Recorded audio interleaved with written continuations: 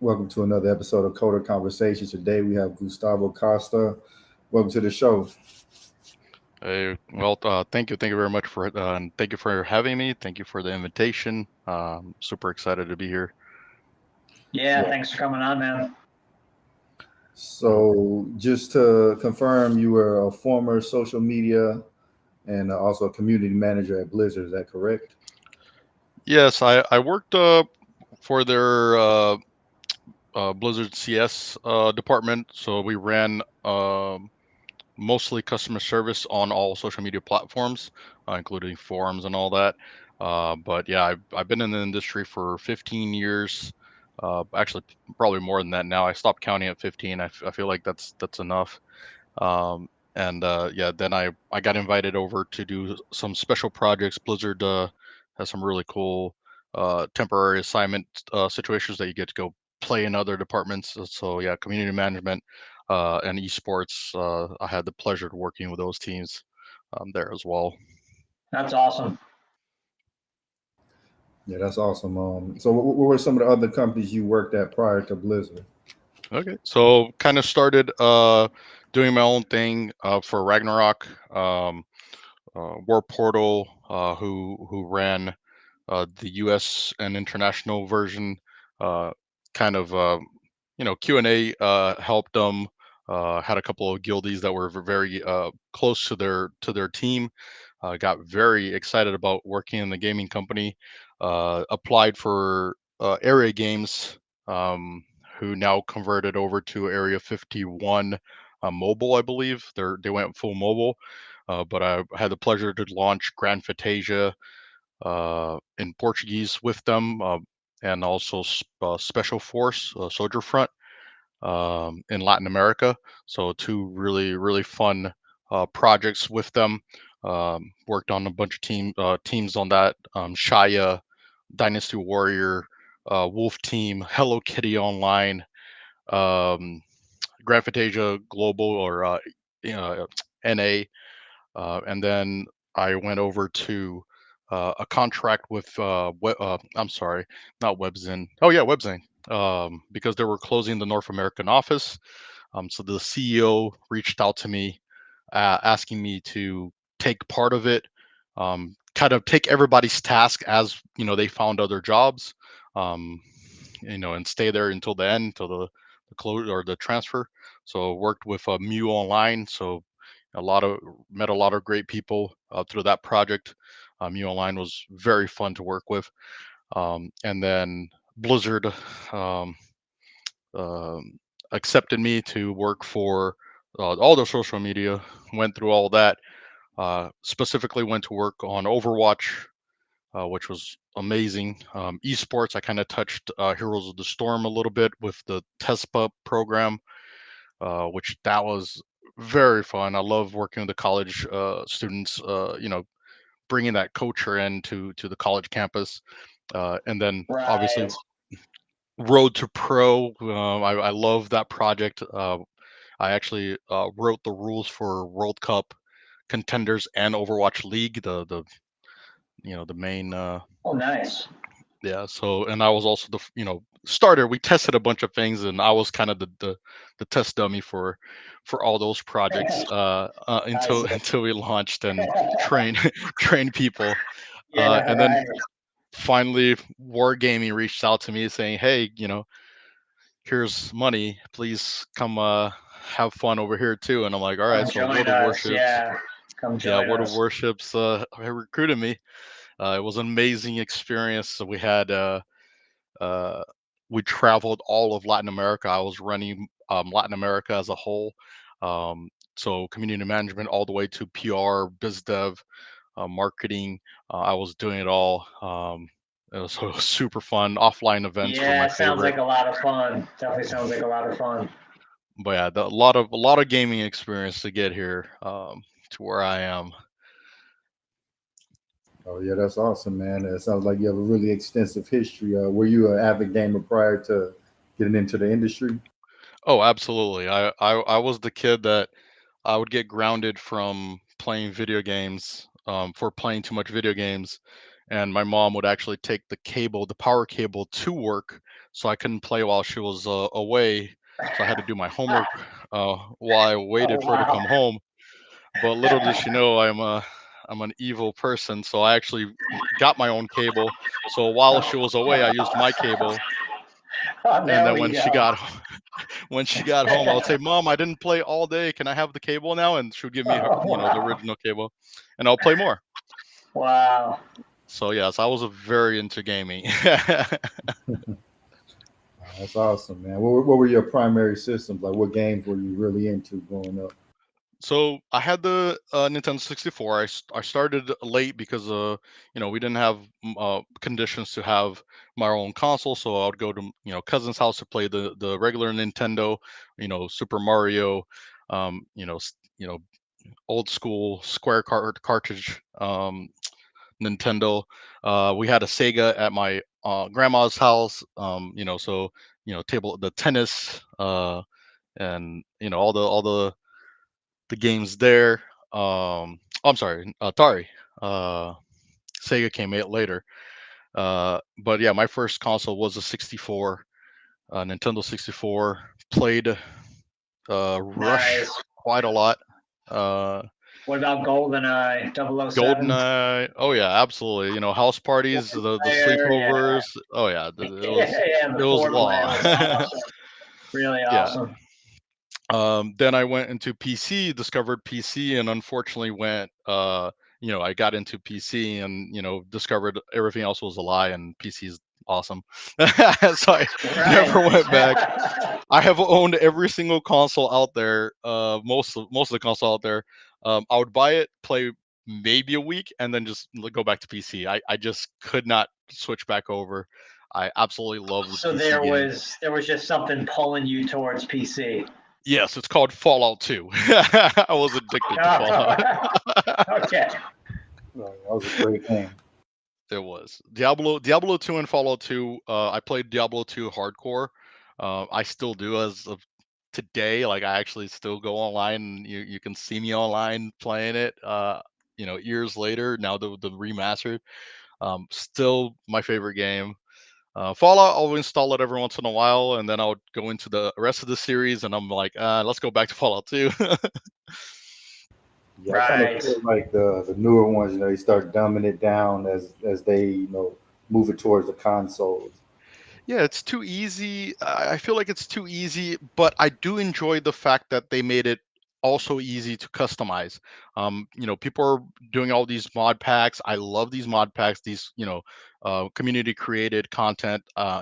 Even back in Minecraft, I played Pixelmon like religiously, which is Pokemon and Minecraft, which is, you know, I had to, Pokemon, my Game Boy Color would not turn off. That was my thing at night while I Yeah. was studying.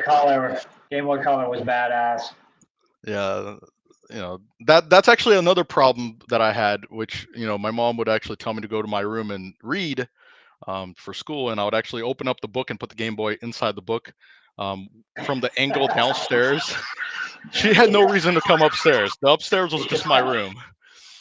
So she Oh would look wow. up and she would see me reading a book, but really I was playing my Game Boy. I was a terrible kid. That's like a Homer Simpson move. Yep. That's funny. But yeah, love games. Will always love games. I every moment I get, in my phone and anywhere, in flights I brought a Switch. Everywhere. If I can game, I'm gonna game. Did you ever get into modding games? I did a little bit. I actually, so what got me into developing, trying to develop games was actually Minecraft. They had the turtle mod, which was very much kind of coding, like entry level coding, which I'm like, oh, this is actually kind of fun. You put, a condition and then you press, and it will do something. I had a lot of fun with that, Um, and I'm like, I wonder, can I make a game within a game? And I actually created my very first game in the Minecraft platform, which my dad was a pastor. So I actually created a church-based game in Minecraft for Oh him. wow. Yeah. Interesting. Interesting. So that was my first attempt of creating my own game, and that was interesting. My dad really enjoyed it. Nothing ever came from it, but it was it got me that taste of coding. HTML. Oh, I mean, other than a website building, because I did websites for bands and stuff back in the days. Oh, okay. You used to do music? No, I used to do the website for the bands.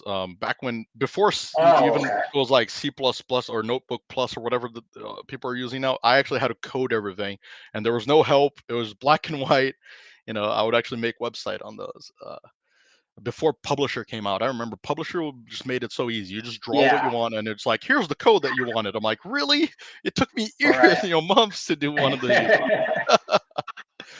Yeah, like I remember early versions of HTML. I used like an iframe. hmm So yeah, like when did how come you didn't become like a coder versus like a community manager? What made you move towards that direction? I know a lot of people that really love games. They say I want to be a programmer. Yeah.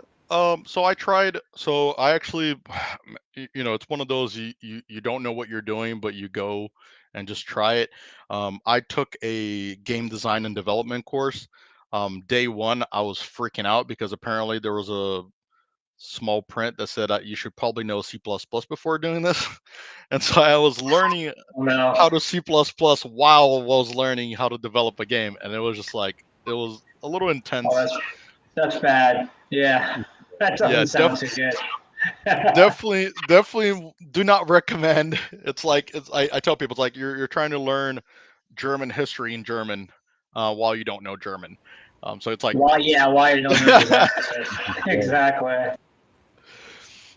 but yeah, after that, I actually was very interested in designing my own game. Um, so I actually downloaded Unity, started playing around with coding Unity and blocks and making a simple game. You when you're coding, everybody kind of knows this. It's just like the Hello World. Anybody that programs knows what that is. Your first person shooter is usually your first because it's a simple game to make. Um, so I kind of attempted by myself with no instructions to go do that, and just basic game, no visual at all. It was just blocks. I wasn't gonna try to go that deep into it, but it was many hours, and I didn't enjoy it. It's not something I enjoyed. Like I enjoy talking to people. Like I enjoy going Right. to an event, talking to Right. people, getting their feedback in person. Being able to explain It's a very more, different thing. yeah, more detailed. On a one-on-one, why things happen, and it felt good, right? It's like it feels like the community appreciates it, even though sometimes they don't thank you or anything. It is one of those, Sure. you don't get the recognition that you probably should. But Right. you can tell by the smile, like the person comes irated towards you. I've dealt with people mad because they got banned, and they came to one of my events. It's like a soccer event, just to, pick a fight, and I'm like, okay, well, we can, but you're still going to be banned. you know Yeah. Plan B is let's play soccer, then we'll talk about your account. Oh wow. yeah. So how did you go from like school to getting your first job in the industry? uh Grandma. Easy answer. My grandma um saw that I was unhappy. So I was doing civil engineering, and on my very first year, my uncle wanted to put my training into like super mode. So he owns a company, civil engineering company in Brazil, and he's like, okay, I'm gonna teach you everything I know. So like year one, I already knew AutoCAD. I already knew how to set up you know everything. I'm not gonna go into details, but it's when I started going to the school for it, I'm like, okay, this is boring now because I kind of know everything already. Right. I already pretty much have the knowledge to own the company. Why am I still going to school? And Right. so I was miserable. School was just not great. It was very slow. Obviously, people didn't have the training that I was having. I was having a really big advantage, and I couldn't understand that. I was young and dumb, so I was like, hey, I couldn't understand that I had an advantage. And I kind of started getting mad. My grandmother said, "Hey, you like video games? Why don't you get paid to do that?" And I'm like, because my mom won't let me. Like my mom still doesn't know that Yeah, I get paid with video games. She's like, that doesn't exist. that's not real. That's Yeah, not real. that's not real. But yeah, I pull up on a electric Mustang, brand new, and she's like, "What is this?" I'm like, "A video game."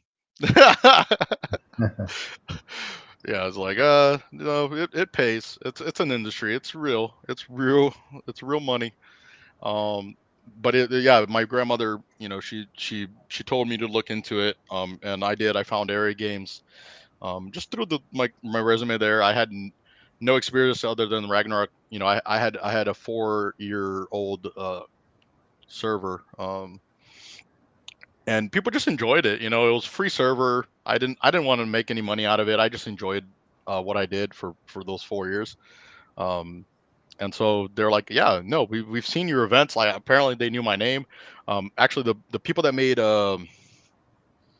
Lime Odyssey actually came to the office when I was working there, and they're like, oh yeah, Romeo works here. They're like, the Romeo, and I'm like, they invited me to this meeting because they were selling Lime Odyssey to the company, and they invited me in. They're like, "Are you real? Are you the real Romeo, Jim Romeo?" I'm like, "Maybe." And they're like, "Gus," and I'm like, "What?"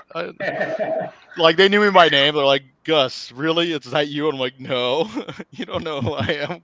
And these are like the actual the developers of original Ragnarok, right? These are Oh wow. the old school guys. They broke off into this company that made Lime Odyssey, and it was hilarious because they're like, "Hey, we heard that you know all the loopholes and you know how to find the exploits. Here, test our game." Literally within seconds going into the game, I fell through the world, and they're like, "What?" And I'm like, "Yeah, no." I also found a couple of exploits like that immediately level like 1, you could go and max out your character and max out in gold. um, and they're looking at me like, you should not be allowed in the internet. I'm like, hey, but yeah, they took it down, and they had a plan for release. They actually had a date for they're already in the final steps of selling the game. But when they saw this, they're like, yeah, you need more development time. So they actually held back, which I fully respect them for it.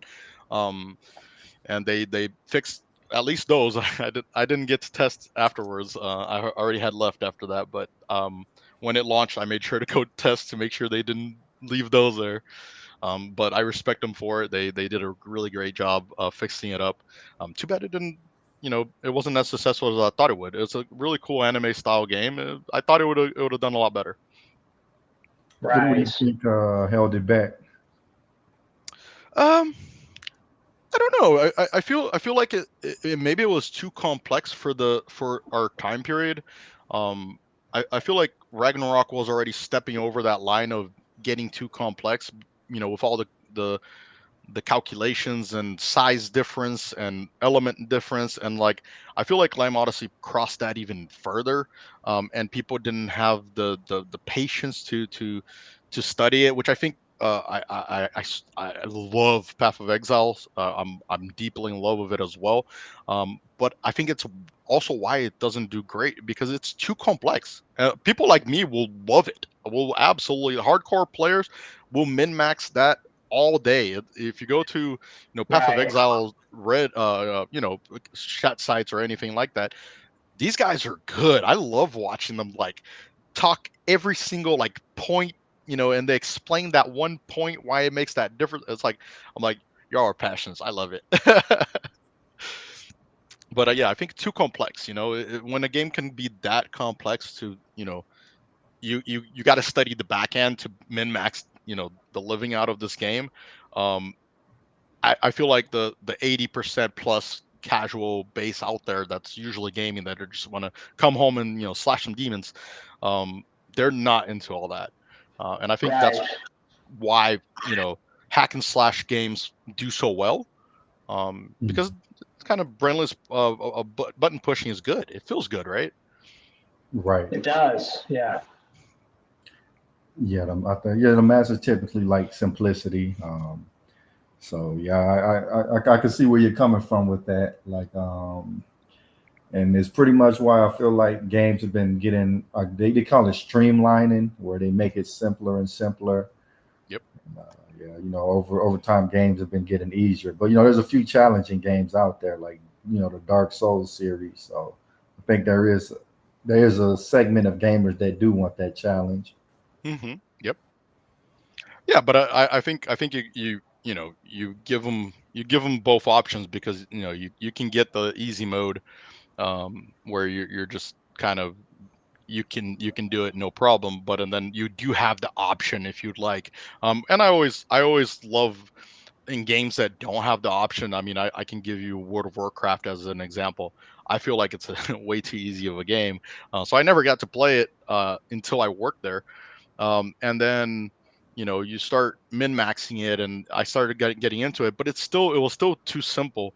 um so people will always do the challenges, which I love the challenges. It's like, okay, well, you can only use item levels up to this level, or do hardcore on World of Warcraft. If you die, you delete the character. Like, oh, the game doesn't give you it, but you know you do it yourself.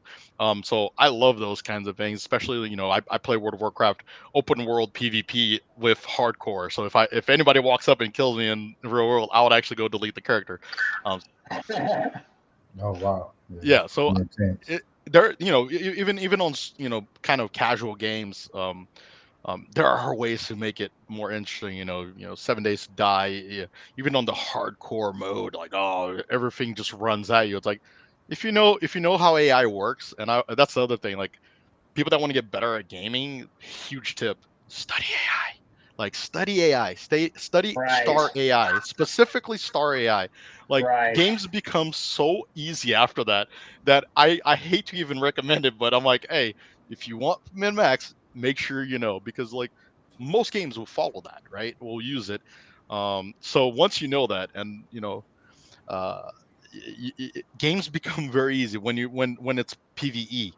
Um, which, Now, for our listeners, can you describe what min max is? yeah.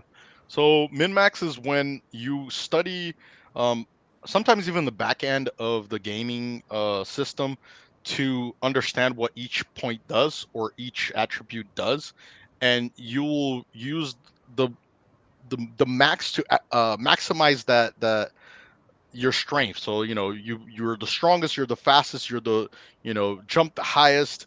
It's the perfection. And even in games that don't have stats, Super Mario, what is the min max of Super Mario? Is that muscle memory of knowing exactly which cell in your screen to jump each hole in order for you to clear it, each obstacle. It's pretty much like understanding how the game works and why it's reacting the way it is, and pushing it to the limit. It's like, it's pretty much, the ultimate min maxer is a robot, right? You tell them exactly the Right. number that you want, and it will hit that same exact one every time. So this is why cheats, like aimbots and stuff like that, they're pretty much min maxing, which is why it's not impossible for you to beat a cheater. It's very hard, but it's because they're pretty much just effortless being min maxed, right? A lot of the times, I know there's some hacks that go over the top, but skill based games that use these illegal programs are pretty much just min maxing your character to its max, to give you advantage. And so that's what min maxing is trying to get to that perfection manually, right? By human. Sure. Yeah. Gotcha. Yeah, I get called a cheater a lot, which is hilarious because I used to live stream. And so people would actually come in. I showed my keyboard and everything, button pressing and everything. They're like, there's no way you can press perfectly. And people would actually clip to see the exact frames I pressed, the items, that are like, how? Like, I don't think the what's there is actually what's being pressed. I'm like, no, it is.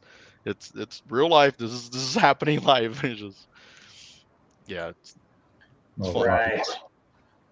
Yeah, what are some of the games that you play these days, like the more modern games? I actually, like I said, I always bring back Diablo 2. I always bring back Fallout 2. The Fallout series, I love going back to them. I've been very into survival games, mainly because I've been looking for survival games that are hard enough um for to play in hardcore mode. And I'll tell you, like by far right now, Arc has been the hardest to play in hardcore mode because from start to mid level, yeah, anything can pop out of any bush and just eat you. Right. It's a Now, bit scary. what do you think about like Assassin's Creed games?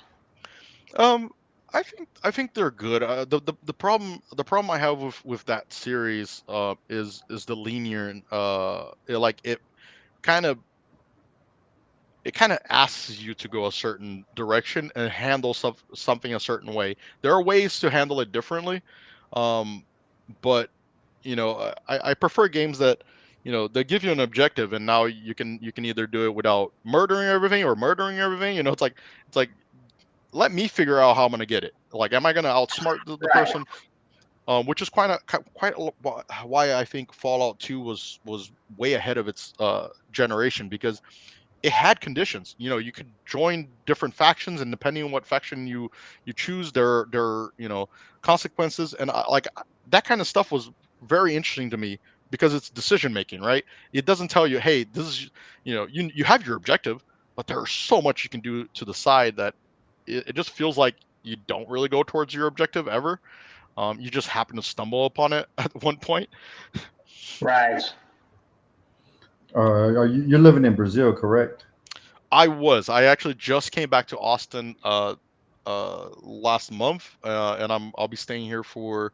I was gonna go to California Monday, but I canceled that like 2 hours ago. I've been kind of going wherever I kind of feel. I have a couple of projects, too many projects going on at the same time right now. Oh, nice. But yeah, I was living in Brazil for a while I was trying to get some things situated. Do you prefer it there or you like the U.S.? If I could make the money I make there, here, that I make here, there, I would prefer there. The problem is there, Okay. I've worked 3 jobs there and barely made the bills. Here I work 4 hours a day, and I work quick, so I guess 4 hours kind of equivalent of like a 9 hour day. Um, but it's like work for 4 hours and I'm like, okay, I'm done for today. I'm gonna go hang out. I'm gonna go, kayak. There's time to do the other things. Take the boat out, do some jet skiing. Right. Right. There's a work life balance here that I don't feel I have until I That's hit a key. certain money, right? And in Brazil, a lot of people don't hit Sure. that money to be able to Sure. enjoy the work life balance. Now, can you get a U.S. job and work it remotely in Brazil? Is that something that you're trying to pursue? Uh, yes, you can, but I think the government allows it only for about 6 months, and then you got to come back at least like one day. It's a really silly rule. Oh, Um, wow. yeah, there are rules to it. But right now, like I said, my projects are all outside. So me being here or not, or in Brazil, it doesn't matter. But if I do have an opportunity to get a U.S. company remote job, I would first move to wherever the location is, even though it's remote. It's always good to have the chance to go into the office, especially if Oh, if sure. if their office is cool. Like Blizzard office is amazing. Even if they gave me a remote job, I would live in Irvine anyways. you know I would love to once a month at least check out the office, go have lunch with my coworkers. They're cool, so like I'd love to be there. But at the same time, I was actually the reason why I was in Brazil is because my fiance was living there. So I wanted to go see her. So I would stay a while there, and then I'll come back and do some work from here. Then I'll stay a while there. And then within the last 3 years, I actually did so many projects in Latin America that I couldn't even stay anywhere. I was 58 days out of the last 2 years in my house here that I was paying way too much for because Austin has become way Wow. too expensive. It's really expensive now. So yeah, if you're able to tell us what were some of the better amenities at the Blizzard office? um, 7 bars. Wow. No, they had a lot of bars. But I feel like it's the culture. It's and this is like I know Blizzard has changed a lot recently. This is Mark Morheim time, so this is before even Uncle Mike left. Um, this is where we weren't even worried about cancellation. All that is like new age stuff. Like we were just having fun. We're there. You know, 5 p.m. on a Friday. No one's having meetings. We say, hey guys, no meetings after 5 p.m. on a Friday. Come on. Work if you'd like, but no meetings. So there were like little rules like that, which I respected. It was fun. It's like, hey, we're done. Let's go weekend. Um, and so Sure. you go shoot some pool. We had pool tables in some of the buildings. Watch a movie, and you have a movie theater there. Some people even work at the movie theater. They'll pull out their notebook, and as they're watching the movie, they're working. So it's like, but it was very chill. You have a really nice patio area. The cafeteria food there was really really good. They made a lot of finger food. They knew the public, so that it's a lot of finger food. Yeah. Yeah, but it was good. Like we'll go out. There will be a kind of like a brotherhood. It's like hey, let's go to this bar today, or let's go paintballing. And everybody would go there. An invite is out to everybody. It's not a company owned. It's not a company event, but everybody knew. That knew that heard about it could just show up. There was no like, oh hey, you should go, you should go. It's like we just talk, hey, in 2 weeks we're gonna paintball, and people would just show up. People that brand new people to the company that had just started, heard about it. All they had to do is show up, and it was great. It was a great bonding thing. Everybody paid their own you know uh, way to all these activities. It never required Blizzard to do anything, but the Blizzard events were also really great. 4 days in Vegas, close down Disney and have alcohol in there. Oh, wow. Yeah, the Blizzard parties were a little bit insane. They went over the top for sure. Oh wow. Can you give us a little insight into that, or is that kind of off limits? No, I mean it's just so they would would have a launch like, oh, we launched a brand new game or launched a really big patch. It was successful. We would wait a couple of days, obviously because DDoSes and all those inconvenient misfortunes that big companies have to, or even small companies have to deal with. But once it seemed like it was smooth sailing, we would leave. Some people would rotate. Who stays on call, but most of the company would go out and would be able to celebrate it. We have a company party or something like that, and they would just give us, hey, no work for 4 days. Um, Wow. we'll get a bus and shuttle everybody from Irvine to Las Vegas. Anybody that wants to fly, that's on your own budget. Anybody that wants to drive, go crazy. We're not going to refund gas, but if you want a bus, it'll be living here at campus. It's a nice bus, one of those ACs, and then they would get us hotels, cheapest Oh, nice. hotels. Nice.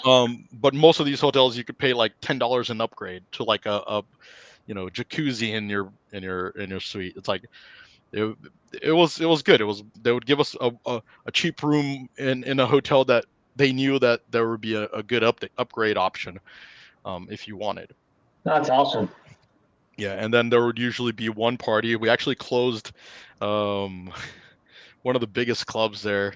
I always forget the name, but in Vegas, and I remember Justin Bieber was in town, and he tried to get into the club, and they're like, "No, private party, you can't come in." And I'm like, "Yes." Yes. say no to Justin. That's like best day ever. I'm like, Oh, that's I just enjoyed it. amazing. That's Yeah. amazing.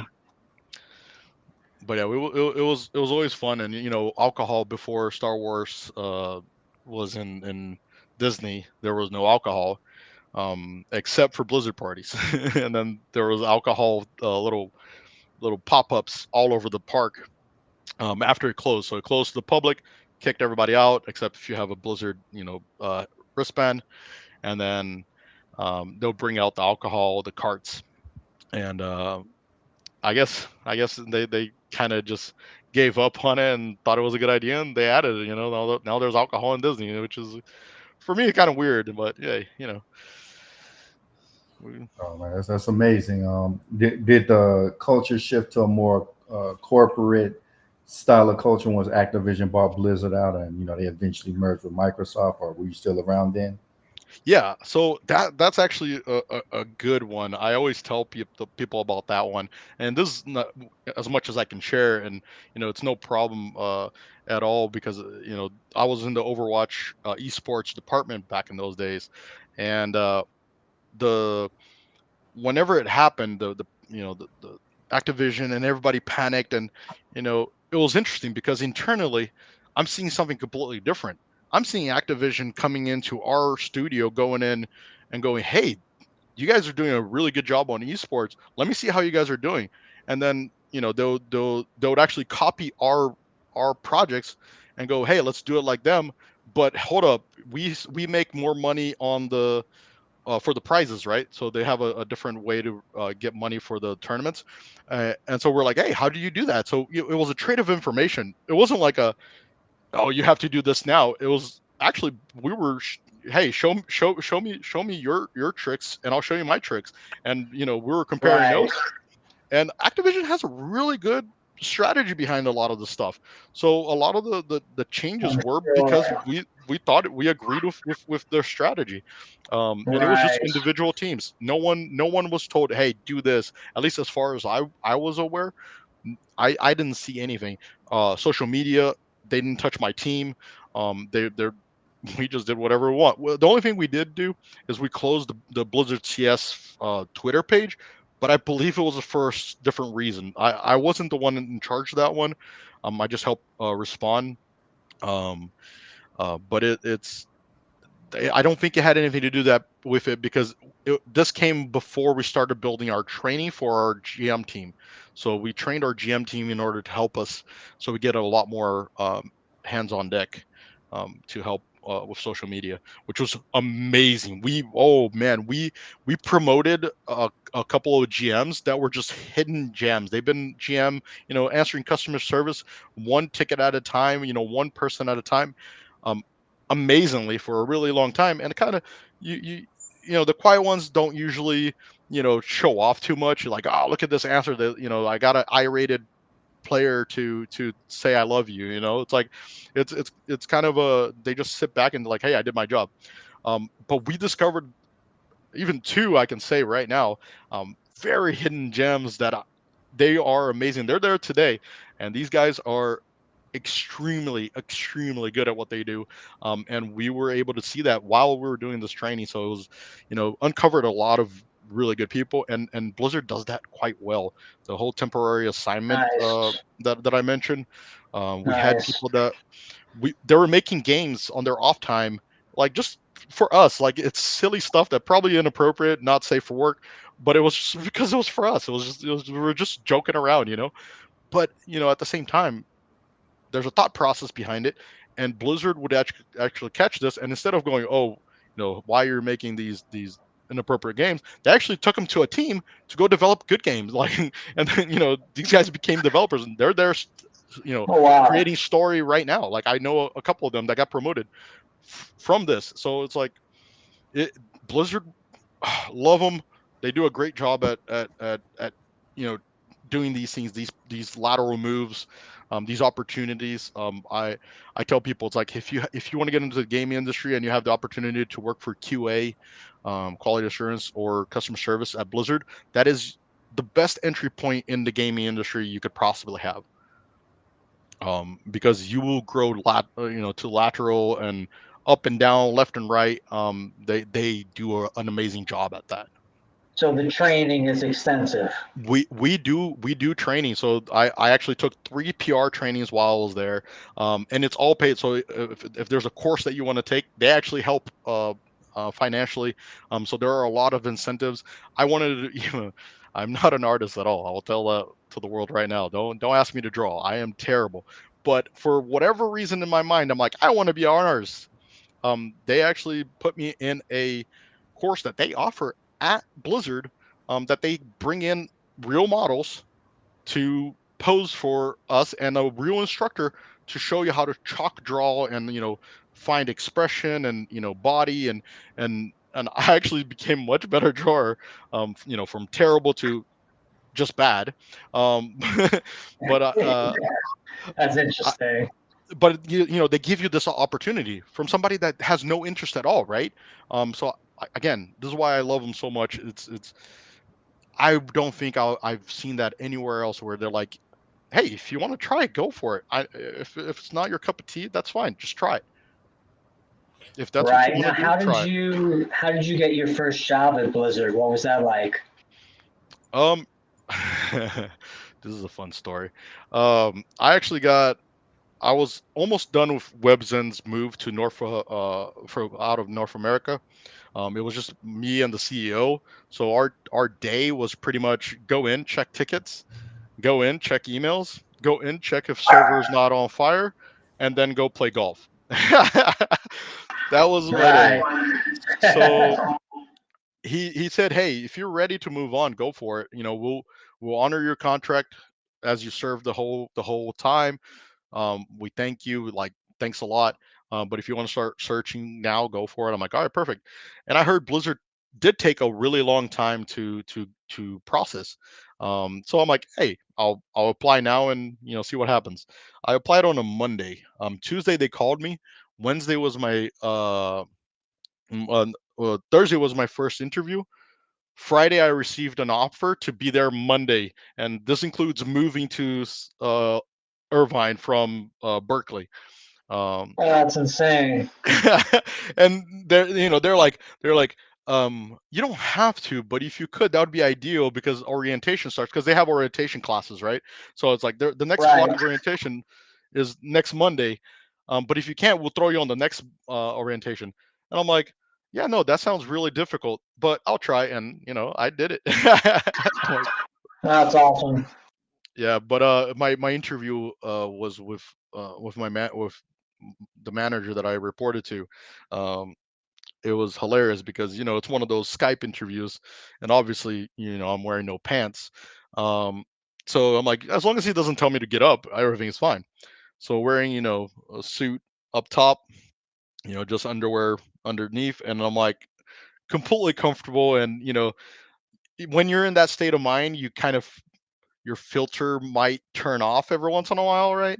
And you forget that you're in an interview.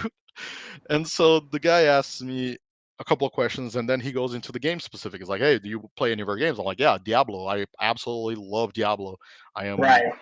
in love with it." And he's like, "And this guy is a big World of Warcraft. Like this, he PvPs. He played it since beta. Like this guy eat breeds World of Warcraft." And he's like, "Yeah, what about World of Warcraft?" I'm like, "No, it sucks." Oh I'm no. like, I'm like, oops. Uh-oh.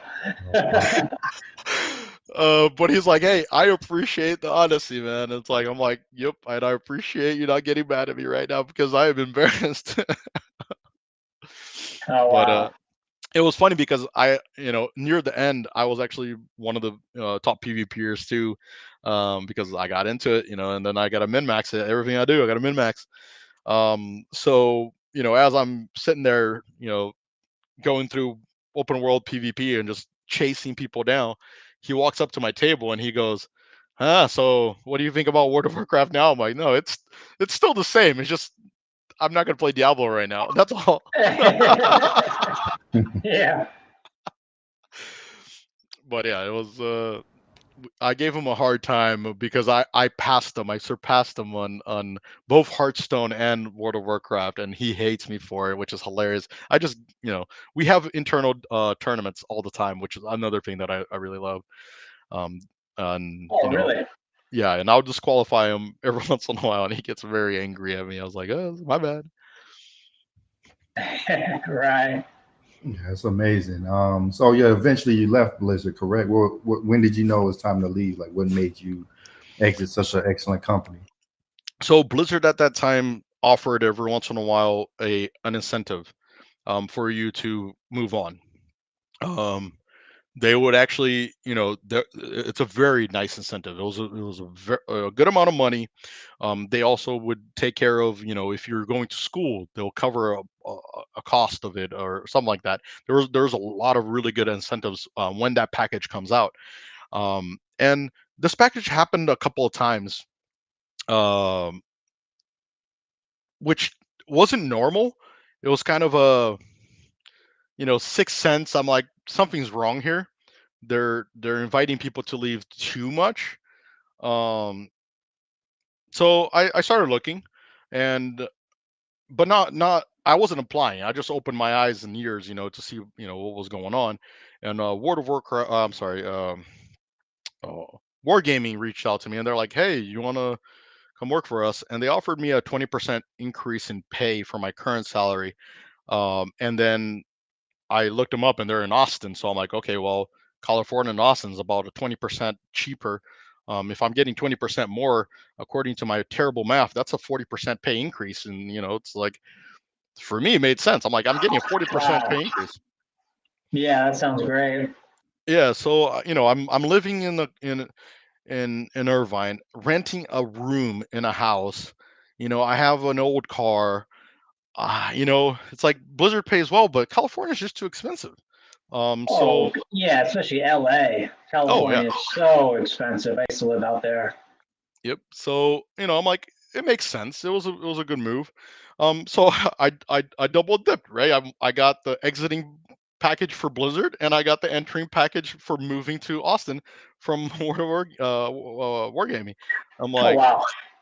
which, by the way, if you have the option, be careful of that in the end of the year, because tax will get you. I got taxed Yeah. hard because I jumped up like two pay things. I don't know. I don't understand. I just Right. pay. But Yeah, I guess, yeah. yeah, it was the time to go. And about 3 months later, the first rift happened. I mean, this is the second rift already. Mike had just left the company. He had mentioned that um, he didn't like what was going on, and wouldn't do something. And I'm like, it's a lot of signs. There were a lot of signs during that time, and no one kind of knew what was really going on. And then when the second big rift happened, and this was years later after the last rift. Um it was a shock. It was a shock to everybody. It got people, worrying, um of what happened or why. um and I just luckily dodged. I mean, it wouldn't affect me, I don't think, because our team Yeah. has never been touched in any of these. Like the social media team is has been there for a really long time. Like, I can tell you, the people that are there, they're still there. I know them. So I go to the fairs here in Austin with one of them still. um so they're great, great, great people. So I kept contact with all of them. I still talk to all of them. Two of them live here in Austin. um the Oh, rest nice. live in Cali. um so That's yeah, awesome. I still have contact with all of them. They're amazing people. uh, but yeah, it was timing. It looked right. And then the offer was great, 40% pay increase, bonus there, bonus here. I'm like, I'll be back. And took off. Right. So they have an open door policy. Whenever you want to come back, you come back. Absolutely. They absolutely do. Actually, That's amazing. inside joke there was, for you to get a pay increase, you leave the company and come back. So there are a lot of people that, like, oh, they're in community management, and then because the senior never leaves, because it's a great company to work for, why would you leave? There, it was very hard to move up. So either you'd moved into development, but if you wanted to stay in community, it kind of gave you a little bit less of a choice, unless they're releasing a new title, and then you can go be community there. Um, but the problem with that is, because people are staying there such a long time, and you see that if you ever get to tour the office, you will see the walls. The walls have those shields and swords. For each shield and sword up there, it's an employee that still works there, that that has worked there for 5 or 10 years. The shields for 10, the swords for 5, and the walls are just decorated with them. Like the hallways are decorated, which means there are a lot of employees that have been there for years. Um, Yeah. so it's you can tell that they're not going anywhere. So what people end up doing is, you go to another company, you grow to senior there, get a year of experience, then you apply for a senior position in Blizzard, and then you get that pay increase. Oh, I see. Yeah, you know it's a good company when people are staying there for 5 to 10 years. Absolutely, which for me was actually the scariest thing when I was in orientation. That was the first thing I caught, because I have stayed in other companies that people are sticking around, but for different reasons, because they're not giving the opportunity to grow, they are not giving the opportunity to better themselves, they're not given the opportunity to take a class, they don't have the time, they don't have the balance, the work life balance. And so the moment I saw all those swords and shields, I'm like, oh, I'm gonna get stuck. But no, they're there because they enjoy it, and because you move to a different place, so you never really get get stuck, right? So it's like, it doesn't feel like you're doing the same thing. Like I was there for 5 years. I feel like I was there for a year, because I was doing different teams, different projects, different things. So I didn't even see time pass when my manager said, "Hey, you're the first one that's." Oh, which by the way, I have the sword. Very first one. My class was I was the sole survivor for my orientation class. Uh, I am the first one officially with the new custom sword for Blizzard. Obviously, everybody else got them because Blizzard's nice. I mean, it was actually Activision gave it as a present, um, but um, but mine is an actual official one. I earned mine. Now, did things change when Activision came in, or not really? No, not really. Like I mentioned, a lot of it was, hey, let's share notes. Yours looks better. You know, that's the. Right. But yeah, it's the changes were mostly on that. Like, I couldn't even feel any difference at all. I think the main difference is, because I was on esports, and esports we collab so well, with Call of Duty and all that, that and also my roommate worked for esports Activision, so I kind of lived and breathed esports, Activision Blizzard all day every day. I Oh, go wow, home. that's unique. Yeah, it was just the way the world said, because he actually was an Overwatch team. He actually was my manager um, at Overwatch esports, and then he moved to Activision, and then I moved in with him. So he's a great guy. Like I said, man, I love these people. They're amazing. I was actually Monday. I was gonna go live with him again. It's like we make friendships for life, man. They're great people. That's awesome. Yeah. So eventually, you ended up starting your own company, correct? Like, how was that transition? What made you want to do your own thing? So for my last company, I tested some projects, influencer marketing, and I absolutely fell in love with it. I have a really strong team that would help me run these events, these offline events, these influencers. The influencers that I worked with are amazing. They reached out to me, and one of them, actually, I had a meeting with him last week, and he wanted to start a marketing company. And we were talking. He was telling me his ideas. I was kind of already preparing him for the things that I saw that didn't work or worked. Just trying to help him out so he doesn't commit the same errors that I did. And so we decided to build this brand that to start, we were going to just do community, or I'm sorry, influencer management. It was just going to be a marketing firm, almost like a replacement agency, because I believe 35% to an agent is way too much. So I wanted to lower that and give the true talent more money, right? If this is the money. So I developed a system that would allow that to happen. And at the same time created a competition. I'm a competitive person, a hardcore person. I need competition, and I developed this system that is a point system for the influencers in order to get paid money, like actually get paid to do nothing. Um, Right. so once I developed that, I'm like, hey, let's make this available for everybody. I tested it with my previous company, um, ran a couple of projects. They were hitting like 35, 37% above goal every single time. And I'm like, okay, this works. Let's spice it up even more. So I actually spiced it up. I didn't get to test it in this company, but I was able to show my project to a couple of people, and they really got into it. We decided to create an application. So I'm unfortunately I lost my engineers, so I'm back on in square zero and trying to find engineers to create my app. Um, but I'm gotta get money for that. Um, but we Yeah. have everything ready. It's written, storyboard equivalent. I don't know what it's called in development on that one, unfortunately. Um, the everything is ready. The website's launched. Everything. The brand is picked. I designed the logo. I designed the name.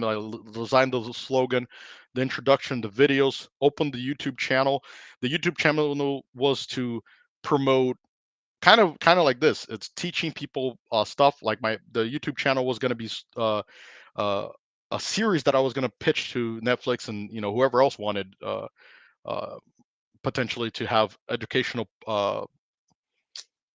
stuff on their platform, um, to how to get from college to entry level. So right now, I don't know if it's released. It might be released. If it's not, it's fine. I don't care about this leak.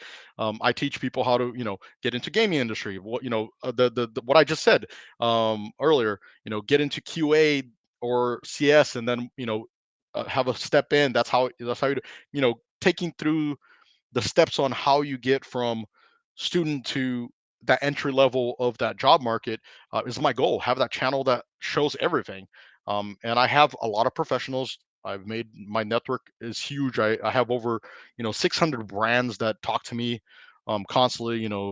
I have Razer, Logitech. I called up Logitech the other day, and we're like, hey, we have a cyber cafe in a mall that wants computer parts or headphones. They swagged out the entire thing. I think it was like 36 computers, mouse, keyboard, Oh, headsets, wow. for free, for free. So my contacts are good. Yeah, um, sounds like it. yeah, and then I have thousands of influencers just sitting there waiting to go get called into action. So the brand kind of shifted to being multiple things at the same time, but the end goal is still the same. I want that brand to one day. I want to have a design, a professional clothing line. I actually interviewed a couple of people already. That's not out yet, but like, hey, what would you have more in your nurse outfit? It's like, oh, a pocket here in this location, a pocket that doesn't open, that doesn't fall out when I lean over in this location. It's like little specific things that I don't think anybody's out there, listening to them. And I want to design that. I want to go after, get a hospital and go, hey, are you guys willing to try my clothes for a year? I'll provide all the clothes free. I just want you to test it and give me feedback. It's like I want to work with hotels, help them out. I want to work with schools. I want to work with a bunch of industries, and once make it available. Later make it available to the general public. Any other hotels, hospitals that want to use our brand. I want to keep it as simple, affordable. Um, so I want that brand as Gus Pro. I want the Gus Pro brand, and I also want, and I don't even know if I'm going to keep that name. That might change. We might rebrand later anyways. um Sure, sure. but and then I want an educational one. My goal is to offer a college that is, there are a lot of places like Latin America that offer um whatchamacallit, you have to pass a test to get into college. And a lot of times they try multiple years, and between those years they take these prep classes. And I want to partner up with colleges and go, hey, let them get credit towards the college already if they go to if they complete our college. What I want to offer people is the practical stuff, the stuff that I learned in the street, like how not to get scammed, how not to, like all the easy stuff that I feel like we should be teaching people, and we're not, you know Right. how to Right. do a search in the internet. Like there are people that don't know how to use a browser. They know how to open the computer and type something there, but they don't know how the key system works, how the search function works, how the URL work. There are people that don't know that when they're searching something, it's searching for in their region. There's a way to unlock that. Like people don't know this stuff, and I feel like it should be a common knowledge. And if I can partner up with a state or something to make it a public college, because I don't want to get paid for this stuff. Like my college, I want people to make uh come learn because they want to be better. um Right. That's what it and should be about. yeah, and so that's the goal, the end goal for Gus Pro. And in the way, we're gonna have some fun. We got a couple of side projects that, I chose the octopus as the brand because we're gonna have branches, we're gonna have legs, we're gonna have different representation in different areas. And I got some cool ideas there too, and all of them helpful, like one hand washing the other, that kind of Right. partnership. And I'm learning a lot from a lot of the experience that I've been having in the past 8 months, which I would love to get, work out there. And so I'm into it. I'm like, I want the brand. Absolutely. I want to make it happen. My team is super Right. excited. I have an amazing team. These guys are rock stars. They are absolutely Oh, bulletproof hell rock yeah. stars. They Nice. they are Nice. amazing. Yeah, and if anybody wants to see them, this is guspro.com, I believe is our site. It has their names and what they do, and that. Sorry if I plug, but it doesn't, the site doesn't have anything. That's just, I want to recognize my team. My team is amazing. Like I said, go, check them out. Follow them. They have their stuff there.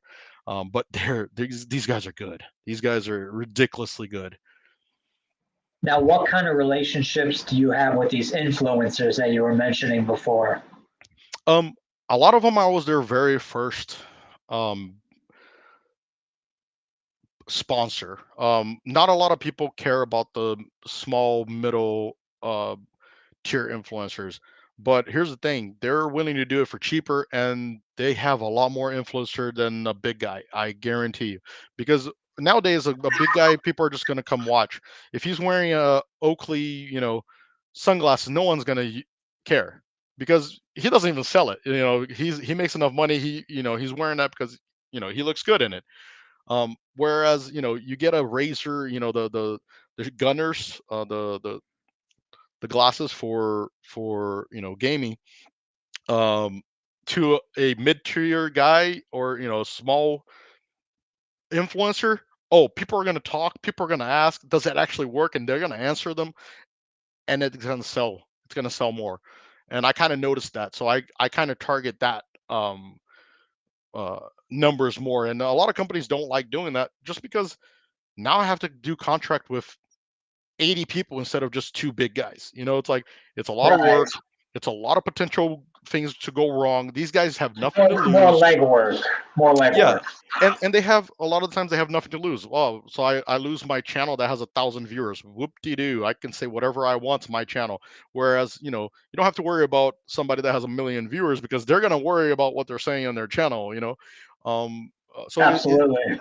yeah, it's the legwork. So a lot of the times they don't do it, but I've seen results. Like I've seen results, so I chase that and I go for that.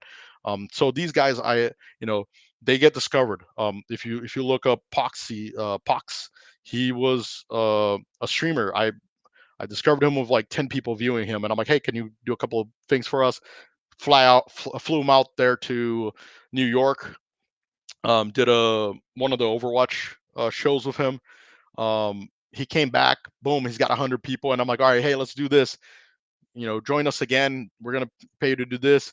Boom, they came back, and then all of a sudden, now this guy's blowing up, and he's like one of the biggest Brazilian commentators in whatever game he's playing on right now. I Oh, don't watch him wow. anymore. That's But crazy. I go That's to Brazil. crazy. He sees me. He invites him and his girl invite me out. He has this thing that it's my time to shine here. He has this thing that no one has seen him without a hat on. I have seen him without a hat on. I have photos of him without a hat on. It's worth $1 million. No, but it's this is before his time. This is before he blew up. Well, it's like I Right. I got him there. Well, I didn't get him there, but I helped him. I helped him, directed him. Um, in World of Warships, a guy called Popeye TV. He had a day job, and he had 10 people viewing him for about 3 years. And I'm like, hey, hold my hand, let's go, let's do this. He blew up. He is now working. He quit his day job to work for gaming companies, making videos and content, and he loves it. He's madly in love with his work, and he invited me out to Santa Catarina, Brazil. I had to go fly all the way over there to be in his wedding. This is, these Oh, guys awesome. are very grateful um, for what's going on, or what we've done. And then even across the sea, there was a streamer that I'm like, hey, why are you doing gaming content? You're an artist. Do gaming contests, but also promote your art. And her name is Dajani, something like that. But she started doing that, and then she went into body painting, and she blew up. And every time she sees me on a convention, she'll stop everything and come say hi to me. I mean, I have Jessica Negri come and say hi to me. All these big names that actually recognize some of the work that I've done, and I've sent them, and I recognize them and brought them on board. It feels good. And then other influencers see this, and they come greet me, give me their information. I have a spreadsheet that I give them to fill out work. Hey, if I have work, I check that spreadsheet first. That is my go-to. It's like, let's see who we got. What kind of content do you do. That's my go-to for influencer. And I go to Latin America, mostly Latin America. I can't walk in conventions. People want to say hi, take photos, talk to me, and I was like, all right, I guess I'm just staying here now. Um, yeah, Right. it's weird because I don't consider myself anything. I try to hide most of the time from the public. I don't mind the public. I go up on stage all the time, but I don't want to. I'm not a celebrity. I'm not anything. I want to help people. I want to help everybody grow. And they just thank me, for it, which they thank me in ways that other people would notice, and then it's like, hey, let's go get that person. I'm like, no, go away. I'm not famous. It's Yeah, pretty that's funny. amazing that you're giving the smaller guy a shot, man. I find like it's getting increasingly harder to, break out. They have the bigs and, you know, newer talent. It's harder for them to break out now. Absolutely. And to be honest, I've talked to some of these guys, and this is part of the job, right? It's listening to these smaller guys. And I'm like, hey, what's wrong? It's like, oh, that company, I've been streaming their game for 7 months now, and they don't talk to me, they don't invite me. They invited all these other people to get these special drops. I'm like, well, did you reach out to them? They're like, no, they should reach out to me. I'm like, no. Sometimes they don't even understand that most of those people are reaching out to the company. So teach them. It's like, hey, do this, just be noticed. Well, as soon as you get noticed, you don't have to do anything else anymore, because they'll remember you, and they'll invite you, and they'll be like, oh, this person's interested. Okay, let's think of them. A lot of the streamers that I helped, in World of Warships, that was it. I was like, hey, I'll recognize people in chat. I'll be like, hey, this person's in chat. Got go follow them. They're really good. They do PvP. They show builds. They make min max. I shout out whatever the highlight is. And that's another thing. Like, make sure you have a highlight, because people like me are going to shout you out if you have a highlight. If you do, video analysis, that do that, so that we know that that's what you do. Because when we do a shout out, the person's going to get interested by hearing what I said that you do, and then they're going to go, right? A lot of people just turn on the camera and play. I'm like, guys, come on. That's not how that works. And I actually have training courses for streamers to help them. Hey, this is how you do a collab. This is how you get noticed. This is how you grow. These Oh, are the wow. things to keep in mind. I trained people that wanted to start streaming into becoming streamers, and they started doing it as their full-time job now. So by following these simple things, and like I said, this is the kind of information I want to put out there to the world. It's like it does So no you good have if. your hands in a lot of different areas, it sounds like. Oh, absolutely. I am. There's a there's a thing in Brazil that is the multi-surface cleaner called Omo. uh, Omo Muchação, which is almost just a brand, and the Muchação is like multiple action. And I'm Omi Muchação. Omi is men, so it's kind of similar. And I just say Omi Muchação. I'm a multi action man. Just anything I Yes. can learn, I will learn. I dare my friends to find something I haven't tried, or you know like something I don't know. The gentleman that I worked with, that worked in Call of Duty, the esports guy, I lived with him and his wife. And one of the fun things that we do is she'll go out into questionable websites, not questionable, but like these cheap you know websites, and find the craziest product, whatever it is, a massager or a flute, like anything, and just find some great. And she'll try to take a picture of it and show it to me, and I'll have to guess what it is. And trust me, she's tried all sorts of websites, and I've not missed one yet. So at least I know all the products out there.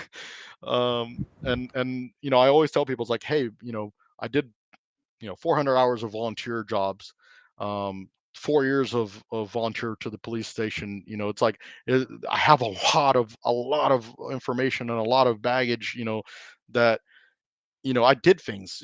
Hey, how do you have you ever painted a house? I painted a house. Have you ever built a house? I built a house. Oh, have you ever taken a car apart? I've taken a car apart. Like everything that I could, I would at least try once to try to get that knowledge, So and I you still have do. a pretty large skill set, is what you're saying. Absolutely. I don't do anything perfectly. Like I wouldn't call myself the master of any of these skills other than hardcore gaming, because I will consider myself that.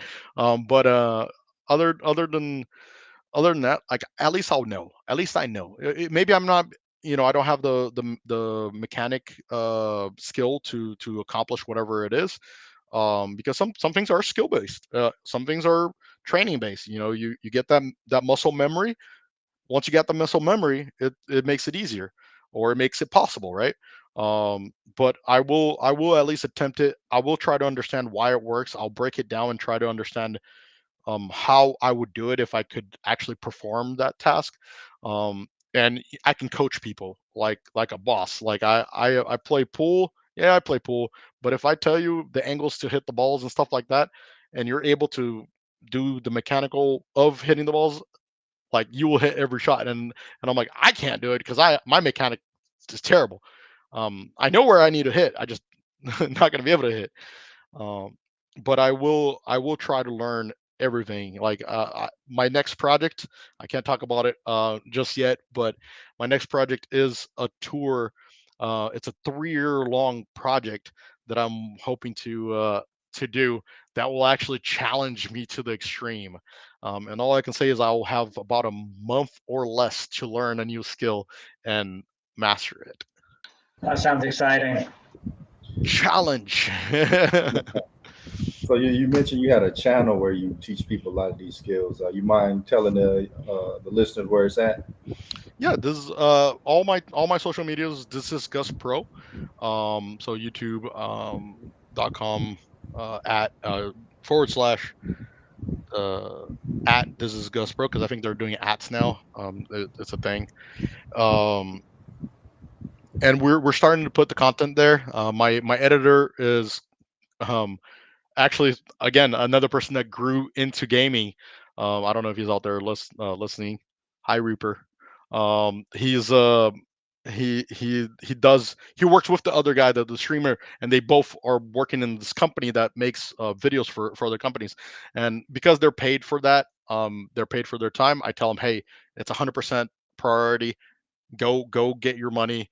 If you have time, here are the videos. I already provided a Dropbox for for him with a bunch of videos that I've already recorded. I'm like, hey, when you get time, make one, put one up. I actually have one already made right now, sitting in my queue right here, that I need to find time to upload it. I just haven't. I'm also been running around, very busy. So Cool, man.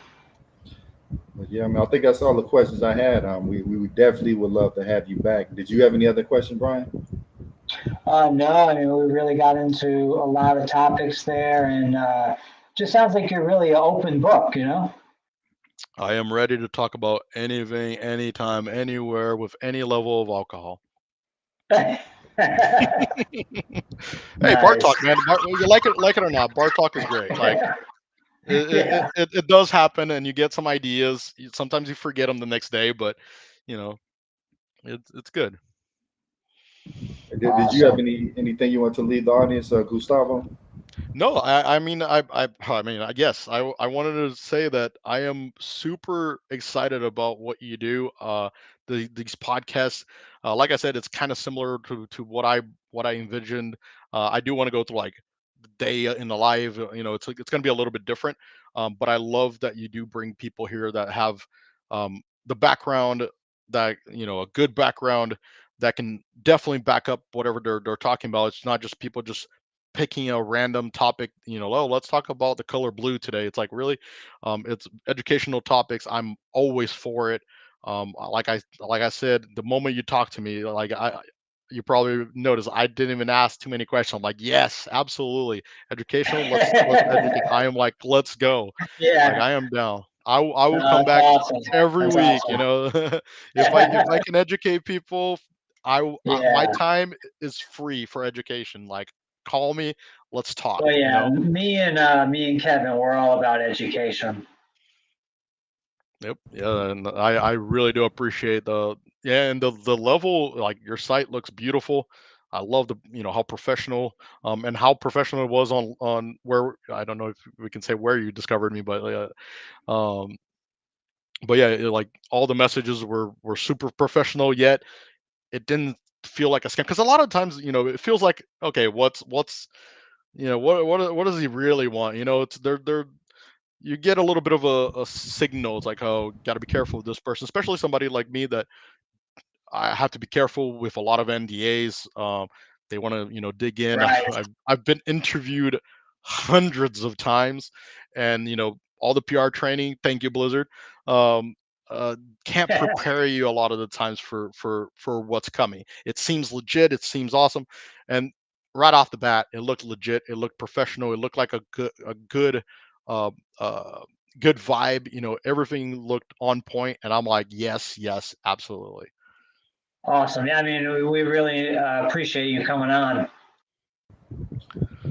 Yeah, we love having you as a guest, man. It was an awesome conversation. We'll definitely bring you back. There's so many other things to discuss, but Let's do it. Hopefully, we can talk about some other of the projects. Like I mentioned, some of the stuff I think you guys really enjoy.